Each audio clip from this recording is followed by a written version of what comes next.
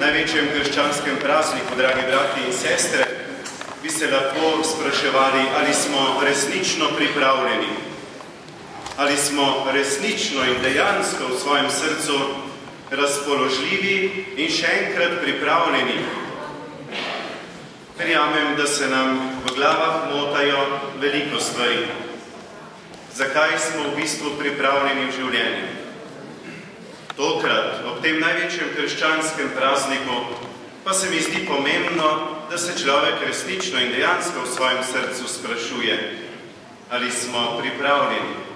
Pripravljeni resnično stopiti pred največjo skrivnost naše krščanske vere in odkriti največji zaklad, ki se ni skrival ne toliko na veliki četrtek, niti ne toliko na veliki petek, niti na veliko soboto.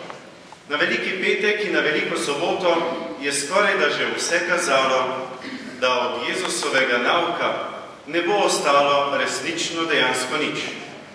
Učenci so celo na svoje lastne oči videli in gledali, kako vse tisto, za kar si je Gospod prizadeval, tako zelo nekam izginja iz njihovega življenja. Pred svojimi lastnimi očmi so videli Gospoda, ki jih zapušča v svojem lastnem trpljenju. Oni pa so šli ves čas za njim in hodili za njim prav zaradi tega, ker so v njem čutili in začutili in so bili dejansko pripravljeni, da stopijo pred nekoga, ki jim je prinesel največje veselje in največje odrešenje. In takrat se je skoraj da zazdelo, da resnično vse tisto, kar je Jezus govoril, za kar si je Jezus prizadeval, od tega torej ne bo ostalo nič. Kako ne bi verjeli v to? Bili so povabljeni skupaj z njim na križ in pod križ in ob grob našega Gospoda Jezusa Kristusa. Kako naj bi torej ne verjeli v vse tisto, kar se je pred njihovimi očmi dogajalo in kar je pred njihovimi očmi, kar je Božjega in svetega na tem svetu propadlo do skorajšnjega niča, do popolnega uničenja. Danes pa je tudi v našem srcu potrebno, brati in sestre, obnoviti to pripravljenost, da bi tudi mi sprejeli to veliko resnico. Ali smo dejansko in resnično pripravljeni stopiti v to praznično, skrivnostno praznovanje vsebin velike noči? Ali je resnično prva in vse naslednje in tudi zadnja beseda v našem življenju tista, ki jo je izgovarjal Gospod? Tudi tista, ki je prihajala iz njegovega srca in so jo ljudje slišali in smo jo tudi mi poslušali iz prebranega svetopisemskega oziroma evangelskega odlomka. Še najbolj pa, če je tudi v našem življenju prva in vse naslednje in edina in tudi zadnja beseda, ki bo imela kaj veljave v življenju, resnično tista Božja, Kristusova, ki je prihajala iz njegovega prebodenega srca. V bistvu je ta njegova beseda prihajala iz njegove tišine, iz njegovega trpljenja, iz njegove zapuščenosti, iz trpečega Gospoda, ki se je dal pribiti na les križa.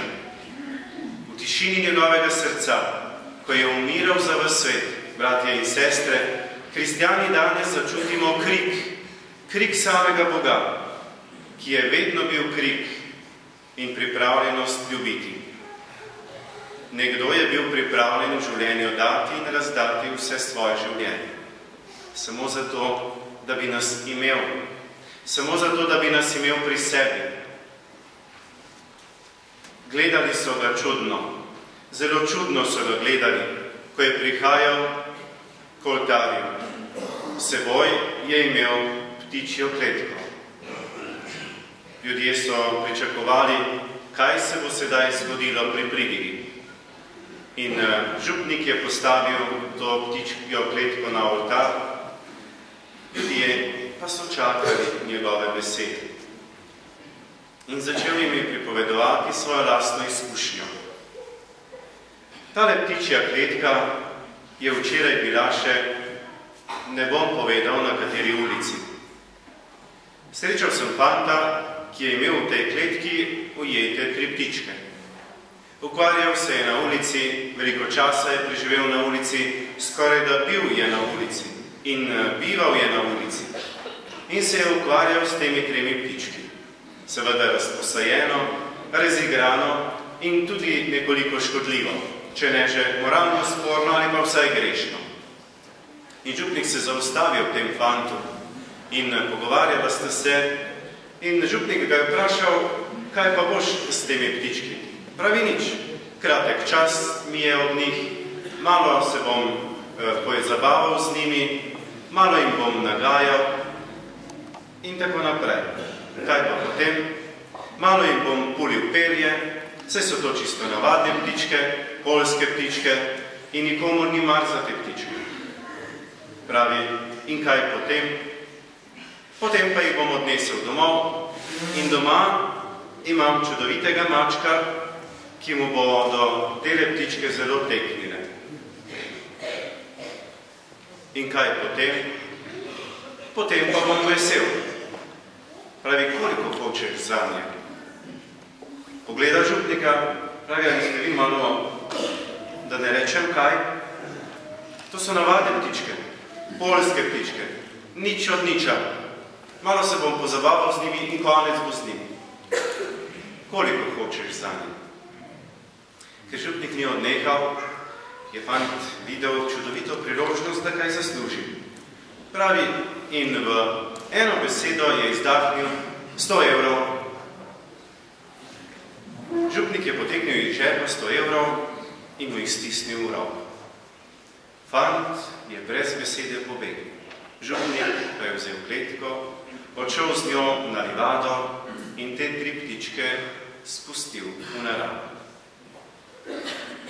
Bilo pa mu je dano, da je v duhu slutil tudi neko nepričakovano srečanje. Srečanje, ki se je zgodilo s hudim duhom in z našim Gospodom.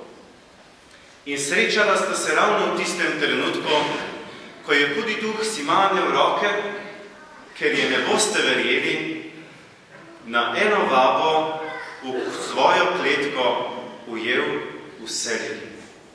Bil je vesel, smejal se je temu, kar mu je uspelo.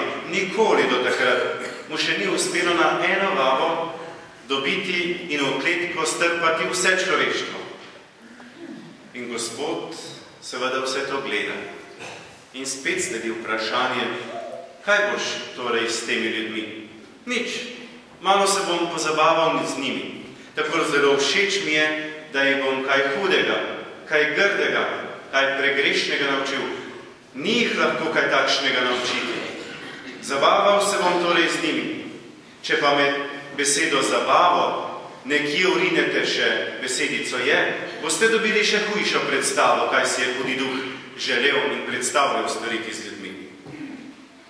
Gospod pa, kaj pa potem? Nič, potem bodo nevredni in nihče se ne bo ukvarjal več z njimi. Pravi, koliko hočeš zanje? Pa ga ta hudi duh spet čudno pogleda. Zavzemaš se zanje, saj niso nič vredni.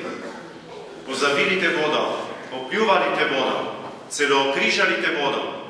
Ti pa sprašuješ po njih, koliko so vredni, sem te vprašal.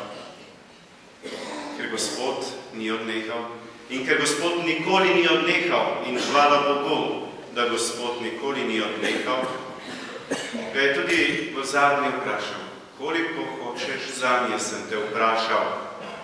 Že nekoliko osebno, ker Gospod ni odnehal.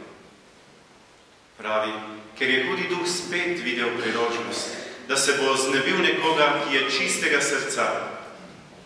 Pravi, želim zanje vse tvoje solze, vso tvojo kri in vse tvoje življenje. In Gospod je plačal ceno za nas ljudi.